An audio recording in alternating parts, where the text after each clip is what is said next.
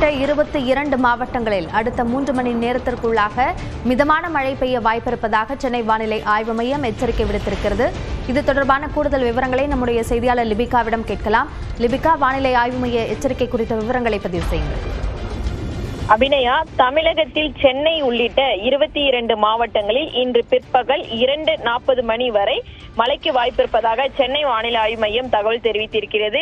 அந்த வகையில் புதுக்கோட்டை, ராமநாதபுரம், சிவகங்கை, தஞ்சாவூர், தர்மபுரி, கள்ளக்குறிச்சி, சேலம், திருவள்ளூர் ஆகிய 8 மாவட்டங்களுக்கு இன்று பிற்பகல் 2:40 வரை இடிமின்னலுடன் கூடிய மிதமான மழைக்கு வாய்ப்பிருப்பதாக சென்னை வானிலை ஆய்வு மையம் தகவல் தெரிவித்திருக்கின்றது. மேலும் சென்னை, செங்கல்பட்டு, காஞ்சிபுரம், திருவண்ணாமலை, விழுப்புரம், கிருஷ்ணகிரி, திருச்சிராப்பள்ளி, பெரம்பலூர், அரியலூர், கடலூர், மயிலாடுதுறை, நாகப்பட்டினம், திருவாரூர், தென்காசி ஆகிய 14 மாவட்டங்கள் மற்றும் புதுவை, காரைக்கால் பகுதிகளில் 2:40 மணி வரை இந்த மழைக்கு லேசானது முதல் மிதமான மழைக்கு வாய்ப்பிருப்பதாக தெரிவிக்கப்பட்டிருக்கின்றது.